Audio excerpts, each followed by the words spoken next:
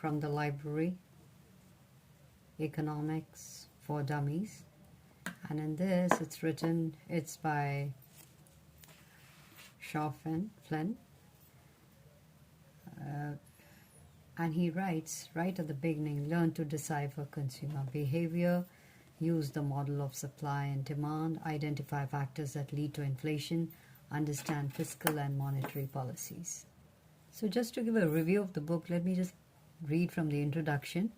He writes, economics is all about humanity's struggle to achieve happiness in a world full of constraints. There's never enough time or money to do everything people want, and things like curing cancer are still impossible because the necessary technologies haven't been developed yet. But people are clever. They tinker and invent, ponder and innovate.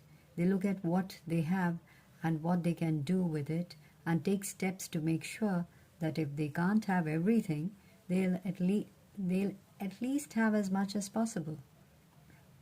Having to choose is a fundamental part of everyday life. The science that studies how people choose. Economics is the indispensable if you really want to understand human beings, both as individuals and as members of larger organizations.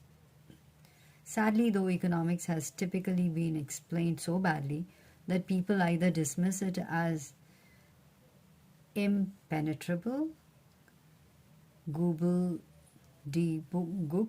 or stand falsely in awe of it. After all, if it's hard to understand, it must be important, right?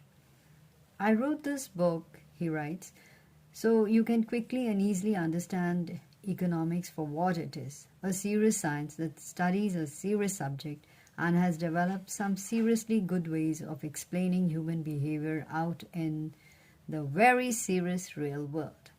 Economics touches on nearly everything, so the returns on reading this book are huge. You will understand much more about people, the government, international relations, business, and even environmental issues. So how he goes about, you can see in the book. So he writes, the English poet Thomas Carlyle called economics the dismal science, but I'm going to do my best to make sure that you don't come to agree with him. I've organized this book to try to get as much economics into you as quickly and effortlessly as possible. I've also done my best to keep it lively and fun. In this book, you find the most important economic theories, hypotheses, and discoveries without a zillion obscure details, outdated examples, or complicated mathematical proofs.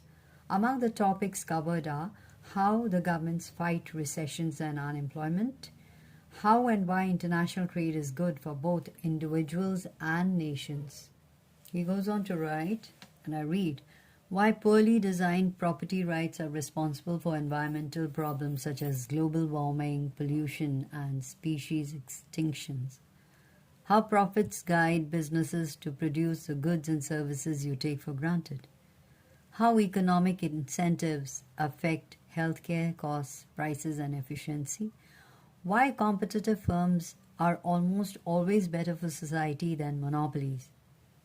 How the Federal Reserve controls the money supply, interest rates, and inflation all at the same time. Why government policies such as price controls and subsidies often cause much more harm than good. How the simple supply and demand model can explain the prices of everything from comic books to open-heart surgeries. You can read the chapters in any order and you can immediately jump to what you need to know without having to read a bunch of stuff that you couldn't care less about. Economists like competition. So you shouldn't be surprised that there are a lot of competing views.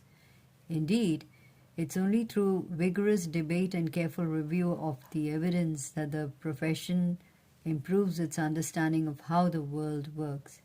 This book contains core ideas and concepts that economists agree are true and important.